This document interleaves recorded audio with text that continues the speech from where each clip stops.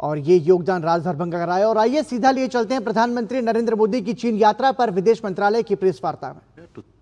The 25th SCO summit. We are also joined by our ambassador to China, Shri Pradeep Rawat, our joint secretary in the Ministry of External Affairs who looks after Asia, East Asia division, Shri Gaurang Lal Das, and our joint secretary who's in charge of SCO in the ministry, Shri Mayank Singh. With that, I invite Foreign Secretary to make his opening remarks on the developments so far. So the floor is yours. Thank you, Randeep. Good evening, all. Thank you for joining us this evening. As you're all aware, Prime Minister is on a visit to Tianjin for the SCO summit taking place here. He arrived in Tianjin yesterday evening to a warm reception by the host government and subsequently a very vibrant cultural reception by the Indian community in Tianjin. Prime Minister's first engagement this morning was a bilateral meeting with President Xi Jinping of the People's Republic of China. We've released a statement on that meeting. You would be aware of the details. Let me just fill you in on a couple of aspects of the meeting. As you're aware, this is the second meeting between the two leaders in the space of less than a year. There was their last meeting was in Kazan in October last year, where they had laid down certain strategic guidelines for the development of bilateral relations and set out certain goals to be achieved by the two sides. In their meeting this morning, both the leaders were happy to note the progress that had been registered, the actions that had been taken since the meeting in Kazan, and the momentum that had been maintained in bilateral relations since that meeting, especially in the domain of people-to-people relations. This morning, the leaders shared with each other their perspectives for longer-term growth and development of the two countries. They spoke about their respective understanding of principles for bilateral relations, which it is expected will help guide the future work of the two sides as we work on other aspects of the relationship. For instance, they both agreed that the two countries were primarily focused on their domestic development goals, and in this they were partners rather than rivals. It was also an element of consensus between them that a stable and amicable relationship between India and China can be to the benefit of the 2.8 billion people who live in the two countries. The common interests of the two countries outweigh their differences, and the two leaders also shared a consensus on the fact that differences should not be allowed to be turned into disputes. It was also understood that it is critical that India and China grow and cooperate if there is to be an Asian century and a functioning multipolar world order with a multipolar Asia at its heart. President Xi made four suggestions to further upgrade bilateral relations, namely to strengthen strategic communication and deepen mutual trust, to expand exchanges and cooperation to achieve mutual benefit and win-win results, to accommodate each other's concerns, and finally to strengthen multilateral cooperation to safeguard common interests. And all of these were responded to positively by Prime Minister Modi. The boundary issue also figured in the discussions. Both leaders took note of the successful disengagement last year and the maintenance of peace and tranquility in the border regions since then. In voicing certain principles related to this issue, the Prime Minister underlined the need for peace and tranquility on the border areas for continued and smooth development of bilateral relations. And there was understanding on the need to maintain peace on the borders using the existing mechanisms and avoid disturbances to the overall relationship going forward. At this point, I want to highlight or draw your attention to the outcomes of the 24th round of talks between the special representatives of India and China on the boundary question, which was held in New Delhi less than 2 weeks ago.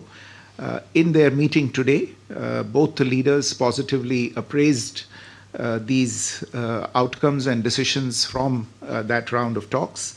They encouraged the efforts of the SRs and agreed to accelerate the implementation of the outcomes and the understandings that had been reached between the SRs.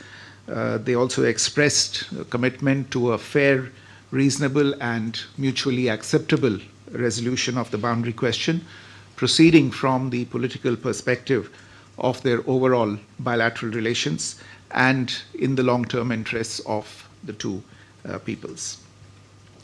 Amongst other issues, the two leaders also exchanged views on ways to increase and balance bilateral trade, strengthen people-to-people ties, cooperate on trans-border rivers, and jointly fight terrorism. There was a desire to make additional progress on all of these issues on the basis of mutual respect, mutual interests, and mutual sensitivity. In particular, on economic and trade relations, there was recognition of the role that the Indian and the Chinese economies can play in stabilizing world trade. Both leaders underlined the need once again to proceed from a political and strategic direction to reduce their bilateral trade deficit, facilitate bilateral trade and investment ties in both directions, and increase policy transparency and predictability. There was also a discussion on regional and global issues and challenges, including with regard to multilateral platforms. Prime Minister expressed support for China's ongoing presidency of the SCO and the summit in Tianjin. He also invited President Xi to the BRICS summit that India will be hosting in 2026. President Xi thanked Prime Minister for the invitation and offered China's full support to India's BRICS presidency. In addition, following this meeting, Prime Minister had a separate meeting with His Excellency Mr. Tai Chi, who's a member of the Standing Committee of the Politburo of the Communist Party of China. As you are probably aware, Mr. Tsai also holds several important positions in the party. There was originally a proposal from the Chinese side for Mr. Tsai to host a banquet for the Prime Minister on behalf of President Xi Jinping. This was meant as a special gesture to show the importance attached by China to the visit of the Prime Minister, which was taking place after a hiatus of nearly 7 years. However, as there was a scheduling conflict, it was decided to have a brief meeting between Prime Minister and Mr. Tsai. During the meeting, the Prime Minister shared his overall vision for the India-China relationship with Mr. Tsai and sought his involvement and his role to realize the consensus of the two leaders. Mr. Tsai, for his part, reiterated the Chinese side's desire to expand bilateral exchanges in various fields, to address our respective concerns in economic areas and to further improve relations in line with the consensus that had been reached between the Prime Minister and the President in their meeting earlier in the morning. Slightly earlier this evening, the Prime Minister also had a bilateral meeting with Senior General Min Aung Hlaing, Chairman of the State Security and Peace Commission of Myanmar. The two leaders recalled their earlier meeting on the sidelines of the BIMSTEC summit in Thailand earlier this year and reviewed their current state of bilateral ties. Prime Minister noted that India attaches great importance to its relations with Myanmar under its Neighborhood First and Act East policies. He underlined the importance of the development partnership between the two countries and sought Senior General Min Aung Hlaing's support for the ongoing connectivity projects between India and Myanmar. There was also a discussion on the security and border issues. Prime Minister welcomed the announcement of elections in Myanmar and stated that dialogue was the only way forward to foster peace and stability in Myanmar. A short while ago in the evening, Prime Minister attended the official reception of the 25th SCO summit hosted by President Xi Jinping for the visiting leaders. Tomorrow, Prime Minister will be addressing the plenary session of the summit, where he will outline India's approach to fostering regional cooperation under the SCO umbrella. After this engagement, he is scheduled to have a bilateral meeting with President Vladimir Putin of Russia, following which he will depart for India. Let me stop here, and I think we have time for a few questions. Thank you. Okay. So we go from Manish, please. Foreign Secretary Manish Chand, India Rights Network. My question is about, the ballooning trade deficit, which is close to $100 billion. You spoke about having a balanced economic relationship. What concrete measures, steps were unveiled? Was there any pledge by the Chinese side to step up investment in India? And my second question is that was there any progress on de-escalation if the issue was discussed? And what is the way forward from SR talks? Thank you. Sudhi? So, Shruti Ranjan from Bloomberg, sir. On the border talks, you did mention about the SR level talks. How does it go forward from here? In particular, the issue of delimitation that has been mentioned in the last joint statement. Uma? Uma Shankar Singh, independent journalist.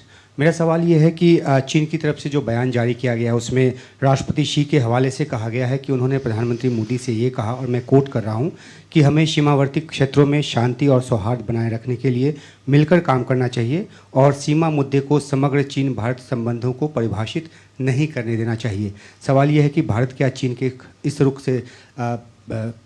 से जो सहमत है, क्योंकि भारत पहले से कहता रहा है कि 2020 अप्रैल के पहले की यथास्थिति जो है वो पहली शर्त है दोनों देशों के बीच संबंधों को सामान्य करने की। Siddhant? Hi sir, Siddhant from WION. Sir, how much was the discussion on the issue of cross-border terrorism, the terrorism emanating from Pakistan during the bilateral meeting between Prime Minister Modi and President Xi Jinping? And my second question is, Prime Minister mentioned about direct flights as well, announcements. Are we looking at any timetable when in next few months we are looking at direct flights? Megha? So I'm Megha Prasad from ABP. My question is about the conversation that President Zelensky had with Prime Minister Modi yesterday. And he puts out on Twitter and he says that while he was talking to Prime Minister, he's also said that Ukraine reaffirms its readiness for a meeting with the head of Russia. Now, Prime Minister is meeting President Putin tomorrow. Is there some sort of an expectation from Ukraine that India would mediate? If yes, what's the stand that India would take in this situation? So we can take these questions first.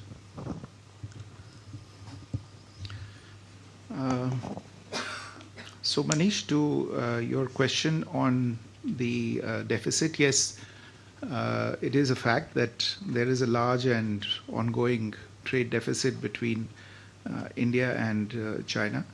And this has been a matter of discussion over several years.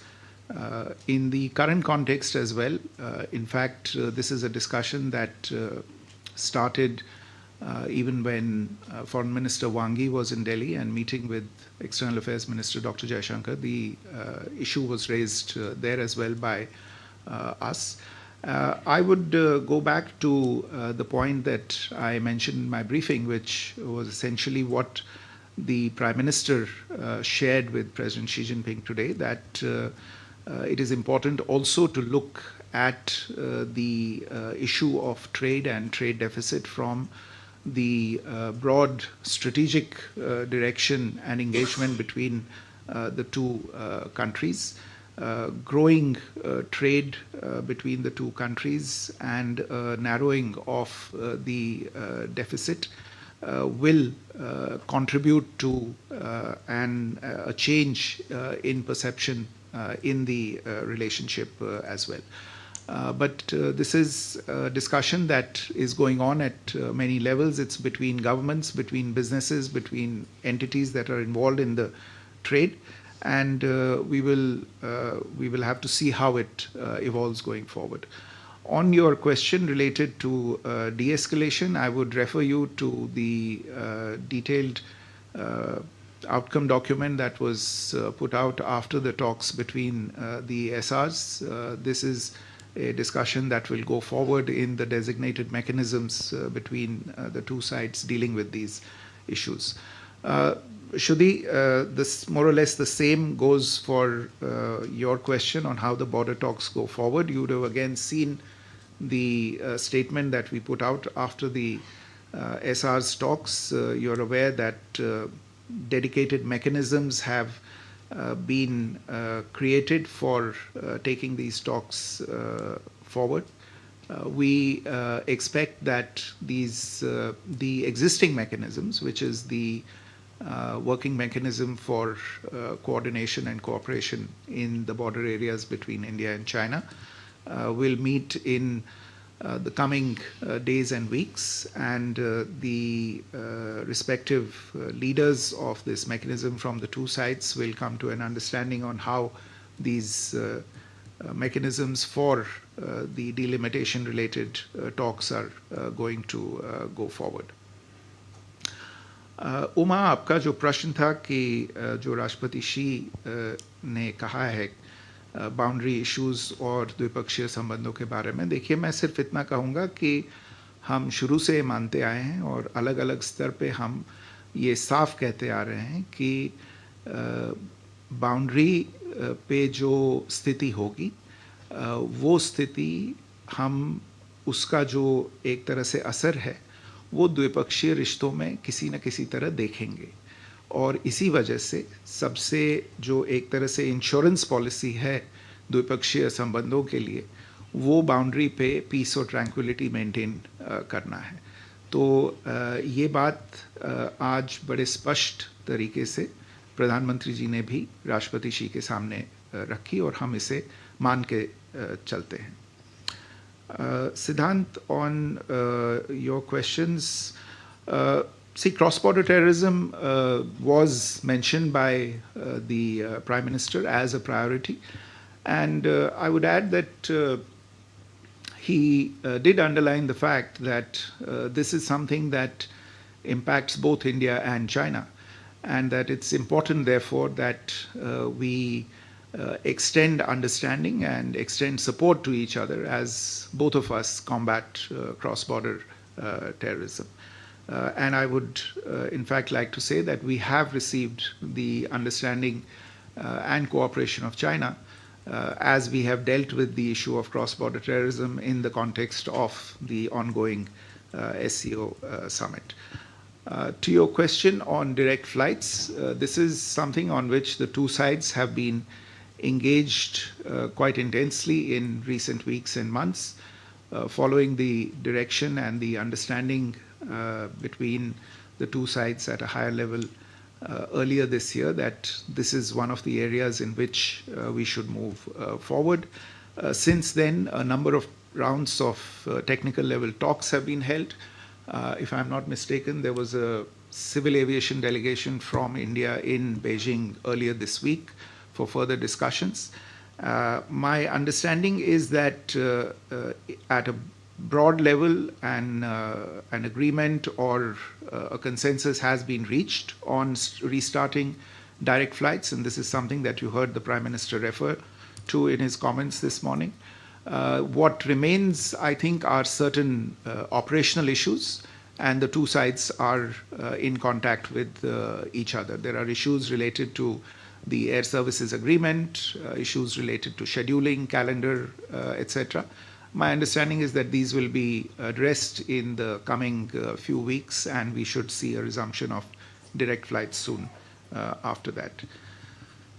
Megha, your question on the Prime Minister's conversation with President Zelensky of Ukraine, and I think we have put out an account of the conversation between the Prime Minister and President Zelensky. As to how and what will be reflected in the conversation with President Putin, I would at this stage not preempt the conversation that is going to take place tomorrow afternoon.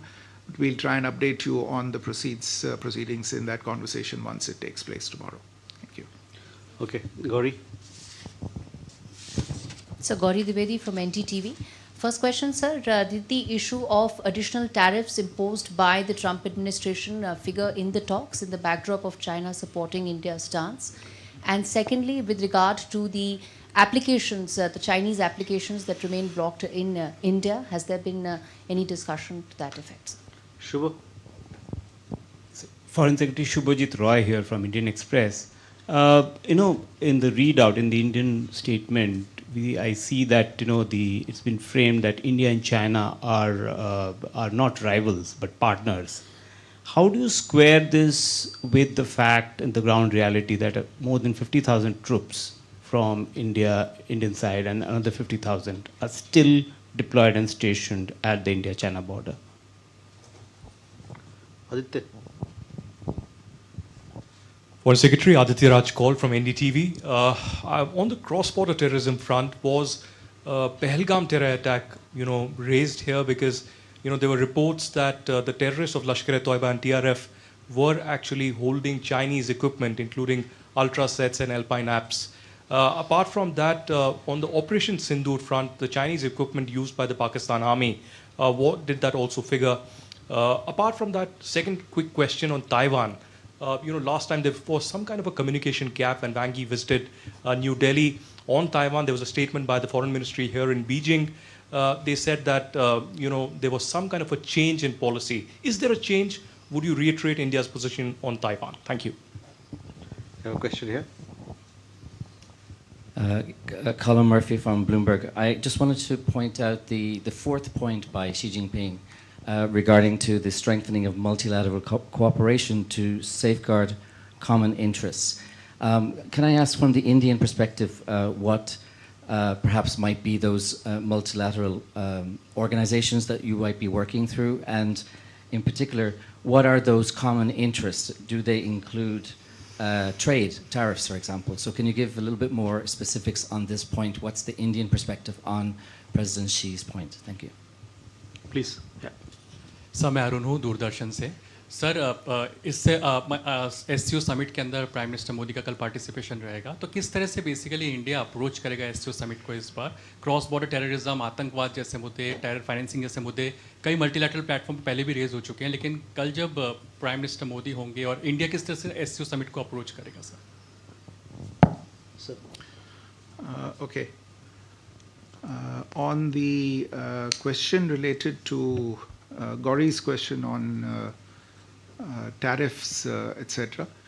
Look, what I'll say is that the two leaders discussed the international economic situation. They recognize the challenges that flow as a result of what we see happening around us. And the focus of the discussion, I would say, remained in the bilateral domain. of course, they recognize as I said, they recognize what's happening on the international plane and the challenges it creates, but they tried to, in a sense, see how to leverage that for building greater understanding between themselves, and how to, in a sense, take forward the economic and commercial relationship between India and China in the midst of these evolving challenges. As to your question about the Chinese applications, I don't have any update for you on this at the moment. Perhaps you could refer to the Ministry of Electronics and Information Technology in India for this. Shubhajit, your question on squaring the issue of partners, not rivals, with troops at the border. Look, as I said, the formulation of the two countries being partners, not rivals, or as is put somewhat differently, of being opportunities for each other and not challenges. This is the framing of the relationship, and both leaders have done this framing of the relationship. This is what is desired, and this is what they see as the future of the relationship as well. The troops at the border, which are a reality, though I think that is again a situation that has started evolving over the course of the last year as the situation at the borders has become more or is moving towards normalization. That is something that has come about as a result of actions that have been taken at a particular point in time. And that's obviously led to a certain crisis, and it is that crisis that we have dealt with or attempted to deal with over the course of the last 5.5 years. That doesn't change the fact that the two leaders, and not just these two leaders, but previous leaders as well, what they have framed for the medium to long-term future of the relationship, which is that we should try, being the two large neighbors that we are to each other, being two of the largest economies in the world, being the only 2 billion plus population countries in the world, that the future that we should aspire to, the future that we should aim at, the one that we should work towards, is one of partnership and not one of rivalry.